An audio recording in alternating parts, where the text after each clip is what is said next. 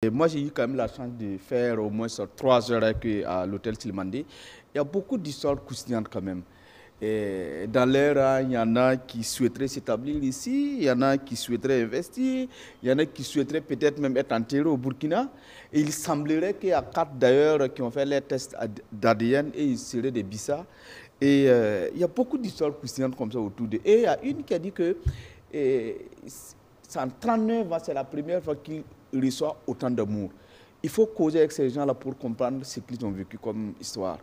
Et je pense que c'est vraiment très intéressant.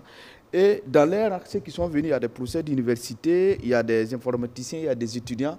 Donc il y a toutes les potentialités.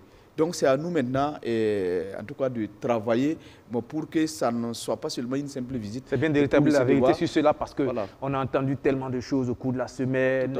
Ce serait des gens comme ça qu'on a ramassés. Mais il y a des intellectuels, des hommes d'affaires, des professeurs d'université. Et vous voyez, Adi là, c'est leur association. Ce n'est pas des gens qu'on a ramassés dans la rue, c'est une association qui existe depuis longtemps. Et il semblerait que ce n'est pas leur première fois. Je pense qu'ils étaient venus l'année passée, mais autour de 200. En 2024, oui. Voilà, et cette fois-ci, ils sont venus à 700.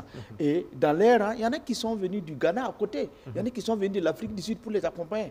Donc je pense que ce n'est pas des simples touristes, c'est des gens qui sont venus réellement parce que ce qui est en train de se faire au Burkina Faso, ils se reconnaissent dedans.